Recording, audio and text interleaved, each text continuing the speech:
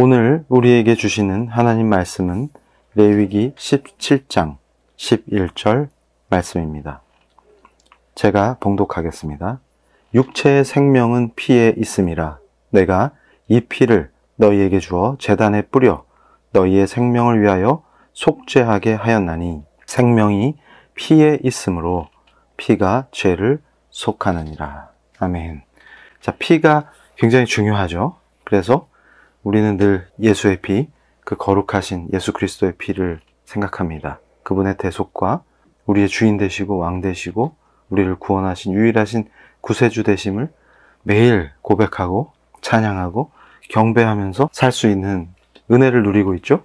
오늘 저는 레위기 말씀 중에 레위기를 표현할 수 있는 가장 핵심 구절이 뭐냐, 이걸 고민했을 때 17장 11절이라고 말씀을 드리겠습니다. 그래서 이 17장 11절을 오늘 본문 말씀으로 삼았는데요. 그런데 레위기가 너무나 중요하고 깊은 말씀이기 때문에 오늘 하루에 다 설명을 드릴 수가 없고요. 오늘은 레위기 전체에서 특히 번제와 소제에 대해서, 그러니까 하나님께 드리는 구약의 제사에 대해서 설명하면서 율법이 왜 중요한지, 그리고 지금 이 현 시대에 율법이 어떤 의미를 갖는지 강조하고자 합니다. 여러분, 제가 한국에서 놀라운 사실이, 우리가 도올 김용옥이 신성모독했다, 공영방송에 나와서 예수님을 함부로 얘기해서 신성모독했다 이러면서 흥분하는 분들을 많이 봐요. 그런데 도올조차도 구약은 폐기되지 않았다, 그러니까 한국교회가 구약 코로나에 걸렸다 이렇게 비판하면서도 구약은 폐기되지 않았다라고 얘기합니다. 그런데 제가 놀라운 것은 지금 우리 교회에서 하나님을 믿는다고 하는 우리 한국의 크리스찬들 중에서 마치 구약이 폐기된 것처럼 행동하는 분들이 있어요. 그러니까 도올이 예수님의 신성을 부정할 때 격분하면서도 정작 우리의 신앙과 우리의 삶이 과연 구약과 율법이 폐기된 것처럼 인식하고 폐기된 것처럼 살고 있지 않았는가, 그것을 반드시 짚고 넘어가야 합니다. 제가 지난 설교에서도 율법의 중요성을 강조했는데요. 율법은 폐지된 적이 없습니다.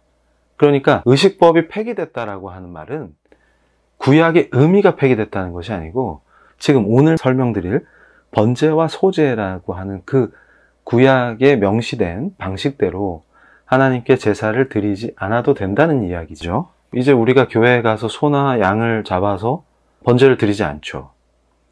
이제 예수 그리스도께서 대속하시고 다 성취하시고 십자가에서 죽으시고 부활하셔서 승천하셨기 때문에 우리가 이제는 구약시대처럼 동물들로 제사를 지낼 필요가 없어요. 그리고 곡식빵 가루를 가지고 와서 소제를 지낼 필요도 없습니다. 그러나 그 번제와 소제라고 하는 이미 폐기된 의식법조차도 그 법이 담고 있는 깊은 의미를 우리가 되새겨야만이 됩니다. 왜 그러냐면 하나님이 누구신지, 그리고 예수 그리스도가 누구신지를 그 율법을 통해서 정확히 알 수 있다는 것입니다. 그러니까 이 말씀은 하나님께서 어떤 식으로 나에게 제사를 해라 라고 하는 것을 모세에게 꼼꼼하게 직접 알려주신 겁니다. 왜 이렇게 꼼꼼하게 근동지역의 다른 민족하고는 완전히 구별되도록 이스라엘 백성에게 이 율법을 계시해 주셨느냐, 왜 제사를 이렇게 드려야만 하느냐, 그렇게 제사를 지내라고 하는 디테일한 행위 방식 하나하나, 그리고 제가 소제를 설명할 때 부연 설명을 드리겠는데 소제에 사용되는 재료 하나하나가 다 의미를 담고 있어요. 그러니까 여러분, 이 율법이 굴레라고 생각하십니까? 이것은 하나님께 선택됐다는 굉장한 은혜와 사랑에 기초한 거예요. 만약에 하나님께 선택받지 못했다면 하나님께 제사 지낼 필요가 없습니다. 제사를 지낼 수 있는 자격을 주시는 것도, 또 그 예수 그리스도의 거룩하신 보혈의 그 구속이 우리에게 현실이 되고, 또 구원의 역사가 우리의 삶이 되고 우리의 영원한 생명이 되는 것처럼 이것은 은혜입니다. 그리고 왜 우리에게 은혜를 주실까요? 그 바탕은, 그것은 사랑인 것이죠. 근데 우리가 이런 걸 모르고 함부로 신앙생활을 하기 때문에 모래성과 같은 신앙, 공중에 떠있는 헛신앙, 또 잘못하면 구원파와 같이 희한한 신앙, 그리고 예수님이 오셨으니까 구약은 의미가 없다는 말도 안 되는 그런 황당한 신앙, 이런 것들로 빠지게 되는 것입니다. 그래서 오늘은 일단 번제와 소제에 대해서 그 의미가 무엇이냐, 여기에 주목할 때 중요하게 생각하는 게 뭐냐면, 너희는 거룩하라. 이는 나 여호와 너희 하나님이 거룩함이니라. 거룩함이 굉장히 핵심이에요. 그래서 무엇이 거룩하고 거룩하지 않은 것은 무엇이고, 어떻게 하면 거룩이 상실되고, 이런 것들에 대한 규정들이 나오게 되는 것입니다. 여기서 아주 중요한 표현이 있습니다. 뭐냐면 거룩함의 열쇠는 분리와 정결이라는 개념이 있다는 것입니다. 그러니까 정결하다는 것은 부정한 것에 손대지 않는 분리의 의미가 있고, 그렇게 해서 정결을 유지한 상태에서 거룩함을 여는 열쇠를 갖게 되는 것이지, 정결하다고 거룩한 것은 아닙니다. 그러니까 바로 거룩하기 위한 필요 조건으로서의 정결함이 필요한 것이죠. 그러면 거룩해지기 위해서는 우리는 어떤 과정을 거쳐야 되는 것입니까? 여기서 번제의 중요성을 봐야 돼요. 번제가 상징하는 것은 그리스도의 희생을 나타냅니다. 그러니까 이미 레위기에서 그리스도께서 어떤 희생을 하셔야 되는지, 어떤 대속으로 우리를 구원하실지가 나오는 것이죠. 그래서 명확하게 이 레위기는 히브리서 말씀과 연결이 됩니다. 왜냐하면 크리스찬이 된 히브리 사람들에게 주신 서신이기 때문에 특별히 이게 연결돼서 말씀이 이어져요. 그래서 하나님을 향한 제사가 언급됩니다. 그래서 히브리서 10장 5절에서 7절이 그것을 설명해 주고요. 여기서 하나님은 다른 제사와 예물을 원하지 않으셨고 오직 예수 그리스도를 원하셨다는 것이죠. 그래서 그리스도가 하나님의 어린 양이 되시고 그분의 대속과 피로 말미암아 우리가 영화롭게도 그분의 영광을 함께하고 구원을 받게 되는 것이죠. 그래서 우리가 어떻게 감히 거룩한 존재가 될 수 있습니까? 그리고 우리가 어떻게 구원을 받습니까? 우리의 죄가 어떻게 해결됩니까? 그것은 우리가 잘해서 혹은 우리의 행위로, 우리의 노력으로 되는 것이 아니라 오직 예수 그리스도가 그분이 대속하심으로, 대신 죽으심으로, 그 피로 말미암아 구해지는 것이죠. 그래서 예수 그리스도의 몸을 단번에 들이심으로 말미암아 우리가 거룩함을 얻었노라 하는 그 히브리서 말씀이 나오게 되는 것입니다. 우리가 현대적인 의미에서 생각했을 때 번제가 갖는 의미는 예배입니다. 그러니까 구약의 우리 이스라엘 백성들은 번제를 드려야 되지만 현대를 사는 우리 크리스찬들은 예배를 드리는 것이죠. 그러니까 이미 예수 그리스도의 대속으로 말미암아 우리가 과거를 청산하고 새로운 존재가 되고 구원을 받았음에도 불구하고 왜 계속해서 예배를 드려야 될까요? 그것은 바로 번제가 의미하는 바가 그대로 현대에도 적용된다는 의미입니다. 번제는 우리가 계속 범하는 죄를 매일 고백하고 깨끗함을 받아야 할 필요성을 설명해 줍니다. 그러니까 예수님께서 한 번에 자신을 드림으로써 우리를 구원하셨다 하더라도 우리는 늘 매일 죄를 고백하고 깨끗함을 받아야 될 필요성이 있습니다. 그러니까 번제라고 하는 행위 방식이나 절차나 이런 거는 다시 할 필요가 없지만 지금 현대에 우리가 왜 70대 때로 예배를 드려야 하느냐, 그것은 매일같이 우리가 하나님 앞에서 우리의 죄를 고백하고 깨끗함을 받아야 할 필요를 인정하는 것이죠. 그래서 신약에서도 요한일서 1장 7절에서 9절 말씀이 이것을 말씀해주고 계신 것입니다. 이 레위기 표현 중에 제가 좋아하는 게 하나님이 기뻐하시는 향기로운 냄새라고 하는 것이죠. 그래서 이 번제의 의미는 모든 사람, 그러니까 남자든 여자든 부자든 가난한 사람이든 그 누구나 바로 번제를 통해서 하나님을 향해서 희생제사를 지낼 때 그 향기가 하나님이 기뻐 받으시는 향기라는 겁니다. 그러니까 결국은 우리가 모든 의지와 생각과 감정과 행동을 다해서 하나님을 사랑하라고 요구하신 그 명령에 순응해서 나의 모든 의지와 생각과 감정과 행동을 다해서 하나님께 사랑을 표현하는 게 뭐냐? 그게 번제라는 것이죠.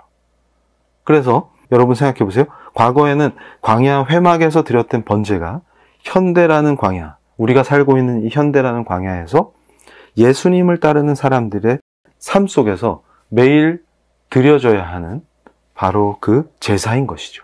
그래서 로마서에는 또 어떻게 나옵니까? 12장 1절에 바울이 로마의 그리스도인들에게 얘기한 대로 하나님의 자비하심으로 너희를 권하노니 너희 몸을 하나님이 기뻐하시는 거룩한 산 제물로 드리라.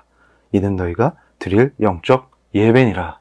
아멘. 이렇게 말씀하고 계신 것입니다. 그러니까 광야의 회막에서는 동물의 피로 또 그걸 태움으로써 하나님께 제사를 드렸다면 지금 이 현대의 광야에서는 어떤 제사를 드립니까? 나를 산 제물로 드리는 번제를 매일 드려야 한다는 것입니다. 그러니까 우리가 삶 속에서 신령과 진정으로 예배 드림으로써 번제를 실제로 하고 있는 것이죠. 그리고 내가 예수님을 사랑하고 그분을 나의 구세주로 고백한다는 것은 바로 내 자신을 하나님의 제단에 번제의 제물로 드리겠다라고 하는 그 결단을 하는 것입니다. 그래서 그걸 통해서 우리가 매일같이 죄를 고백하고 용서를 구하고 깨끗함을 입고 거룩하다 하심을 받는 것이죠. 그래서 우리가 이것을 깊이 받아들여야 합니다.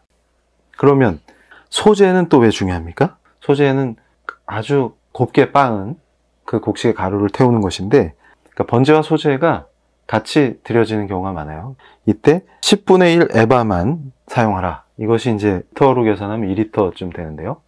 근데 이제 주석서에는 주로 특히 이제 유대의 랍비들이 소재는 가난한 사람들을 위한 거다. 왜냐하면 소나 양을 구입할 돈이 없어서 이게 가난한 사람들을 위해서 제사에 참여시키도록 하는 제도다. 이런 설명이 나오는데 저는 뭐를 더 중시하냐면 바로 이 소재가 갖고 있는 의미에 주목합니다. 그러니까 기름, 소금, 유향 이런 것들이 소재를 드릴 때 필수 소재예요.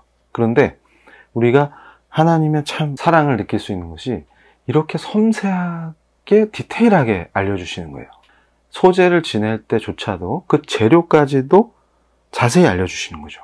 그러면 여기서 우리가 짚고 넘어가야 될 것이 뭐냐면 기름은 뭘 의미합니까? 주로 성경에서 성경적 의미로 이것은 기쁨이에요. 그리고 성령의 역사를 표현합니다. 기름 부음이라는 것은 성령의 사역과 관련이 있습니다. 그러니까 기름을 사용했다는 것은 이 성령의 사역을 설명하는 것이고요. 그 다음에 소재의 목적이 여호와께 향기로운 냄새를 올려드리기 위한 거죠. 그러니까 곱게 빻은 곡식가루를 태울 때 나는 그 냄새가 여호와께서 받으시기에 합당한 향기로운 냄새라는 것입니다. 근데 이게 또 매우 의미가 있는 게 유향, 이것을 생각할 때 여러분 말씀에 향기가 뭘 뜻하죠? 주로 이제 진실한 예배자들이 갖고 있는 특징들. 그러니까 마리아가 예수님의 발에 기름을 붓죠. 그리고 요한이 향유 냄새가 집에 가득하더라. 이런 말씀도 나오고 바울도 그리스도 안에서 승리했을 때 자신의 삶을 각처에서 그리스도를 아는 냄새를 나타내는 향기다. 이런 표현을 썼어요. 그러니까 주로 향유가 뿌려지는 향기가 가득한 거. 이것은 예수님을 아는 냄새입니다. 그러니까 예수님의 발에 향유를 부었던 그걸 떠올리면 되죠. 그러니까 집안 가득히 향유의 냄새가 진동하는 것이죠. 이것은 예배자의 자세와 어떤 삶의 질, 삶의 태도, 예수님과 함께 하고자 하고 예수님과 동행하고자 하는 그 크리스찬 본연의 삶의 태도를 상징할 수가 있는 것입니다. 특히 이제 여기서 제가 주목하는 것은 공통재료로서의 소금인데요. 이게 뜻하는 게 굉장히 큰 것이죠. 뭐냐면 예수님께서 제자들에게 세상의 소금이다 이렇게 말씀하신 것은 인간은 죄성으로 인해서 당연히 부패하고 썩는 게 마련인데 크리스찬이 있는 곳은 그 사람이 소금 역할을 함으로 썩지 않아야 한다. 그것이 이제 예수님께서 우리에게 말씀해 주시는 거죠. 우리 크리스찬은 이 신약시대의 현대의 광야에서 세상 깊숙이 들어가지만 그들과 구별되는 것이죠. 그래서 그것을 소금으로 표현할 수가 있습니다. 그래서 도덕적 타락을 막는 사명이 세상 속에 우리가 부여받은 사명인 것이죠. 그런데 정결과 분리됨이 거룩함의 열쇠라고 처음 이 설교를 시작할 때 말씀을 드렸는데 이 정결과 분리를 잘못 오해해서 고립되고 왕따 당하는 게 크리스찬인갑다. 그래서 티내고 이상한 짓 하고 사람들로부터 손가락질하는 행동을 해서 분리된다는 것이 세상 사람과 구별된다는 의미가 절대 아닙니다. 이 레위기에서 소재를 드릴 때 절대로 누룩과 꿀을 사용하지 못하겠는데 누룩은 거짓과 세상의 죄를 상징하죠. 그리고 꿀은 다른 이방 민족들이 주로 많이 사용했기 때문에 사용을 꺼려 했던 것입니다. 그리고 하나님께서 그걸 원하지 않으시는 거죠. 그러니까 내가 택한 내 백성은 내가 말한 대로 제사를 나에게 드려라 하시는 그것이 실현되는 것입니다. 그래서 여러분 보십시오. 제가 지난 설교에서도 언약을 굉장히 강조했는데 우리가 언약을 이해하지 못하고 언약의 구조를 받아들이지 못하면 크리스찬으로 사는 것이 거의 불가능합니다. 그러니까 하나님과의 언약 관계, 그 관계가 바로 하나님과 나와의 관계이기 때문에 언약은 굉장히 중요한 것이죠. 그런데 하나님께서 결코 깨지 않으신다. 그러니까 결코 깨지지 않는 영원한 은혜의 언약인 거죠. 거기에 속한 사람으로서 거기에 구속된 진실한 사랑 안에서 나아갈 수 있다. 그러니까 예수님께서 이제 새 언약으로 예수님과 결속된 하나님의 참된 백성, 우리 크리스찬들이 바로 이 세상 속에 살면서 너희는 거룩하라는 사명을 완수할 소명을 받았다. 그런 의미로 볼 수가 있습니다. 그래서 소재의 의미는 재료만 하더라도 큰 은혜가 되죠. 기름과 유향과 소금으로 그 빻은 곡식 가루와 섞어서 제사를 지내게 되는 것입니다. 그런데 중요한 것은 자, 지금 하나님이 누구십니까? 바로 그 수확을 가능하게 해주신 분이죠. 그러니까 하나님이 허락하지 않으시면 그 곡식을 우리가 수확할 수가 없어요. 그러니까 결국은 뭐냐면 이 곡식을 맷돌에 갈아서 고운 가루를 준비한다는 건 뭐냐면 이 소재의 재료와 형식 자체가 이걸 우리에게 허락하시고 이걸 주신 분이 하나님이라는 것을 인정하는 것과 매우 관계가 깊습니다. 그러니까 더 깊이 있게 들어가면 그걸 주신 창조주 하나님의 사랑에 대해서 우리가 소재를 드린다는 것의 깊은 의미는 일상 노동 자체를 하나님께 봉헌한다는 것을 상징합니다. 바로 우리의 일상에서 그 일상의 노동이 하나님께 봉헌되어야 한다. 그러니까 하나님께 선택된 백성이기 때문에 내 노동 자체를 하나님께 봉헌해야 된다. 이런 의미입니다. 그래서 노동 과정에서 그 수확을 하나님께 선물로 가져갈 수 있고 바로 그것을 그분이 받아주신다는 겁니다. 그러니까 결국은 하나님과 우리 사이의 언약과 그 하나님이 우리를 사랑해서 공급해 주시는 것들, 그러니까 결국 주체가 누굽니까? 내가 아니고 하나님이 되시고 내가 그 하나님의 사랑 속에서 소산을 내고 노동을 한다는 것은 이게 강제노역이나 고통이거나 노동이 필요악으로 전락하는 게 아니라 그래서 결국 뭡니까? 성경적 관점에서는 신구약을 통틀어서 이 노동이라는 것은 하나님께 봉헌돼야 되는 것이고 일은 일종의 예배 행위가 되는 것입니다. 소재는 바로 우리의 노동과 일이 하나님께서 저주로 주신 것이 아니고 하나님께서 우리를 사랑해서 주신 그 구조에서 우리의 모든 일이 주님을 섬기고 그분을 기쁘시게 하기 위한 것이 되어야 하는 것이죠. 그러니까 심지어는 바울은 골로새 교회의 노예들한테도 이 점을 깊이 인식하도록 가르쳤습니다. 그러니까 무슨 말이냐면 신자들은 세상의 인정이나 보상이 아니라 주님을 위해 온 마음을 다해 일한다 라고 하는 것이 우리 신구약 전체 성경을 관통하는 일과 직업에 대한 입장이죠. 그래서 제가 지금 우리 이 시대의 청년들에게도 일의 중요성 그리고 하나님께 우리의 노동이 봉헌되어야만 한다 이렇게 설명하는 것이 그 구약적 근거가 어디 있냐면 바로 레위기의 소재에 있는 것입니다. 그래서 자, 소재의 재료가 뭐라 그랬죠? 기름과 유향과 소금입니다. 그러니까 이것은 바로 소재를 드리는 우리가 어떤 자세로 세상 속에서 노동에 임해야 되는지를 정확히 얘기하는 것이죠. 뭐냐면 항상 우리가 가는 곳은 향유를 예수님 발에 부어서 아, 그리스도가 계시는구나. 그리스도가 존재하시는구나. 바로 그 그리스도의 향기를 모든 사람이 맡을 수 있도록 하는 존재가 우리인 것입니다. 우리가 항상 주님 발에 향유를 깨트리듯이 우리가 처해 있는 곳, 우리를 부르신 직장에 가서 생활할 때 우리를 통해서 예수님의 향기가 드러나는 것이죠. 우리의 일을 통해서 예수의 향기가 드러나는 것입니다. 그리고 우리가 소재의 재료인 소금의 역할을 함으로써 세상이 도덕적으로 타락하지 않는 것이죠. 그러니까 우리는 세상 속에서 소금이 되는 것입니다. 그리고 기름은 어떤 직업으로 부름을 받았건 간에 그곳에 임할 때 성령의 역사와 은혜가 함께 임한다는 것을 의미하는 것입니다.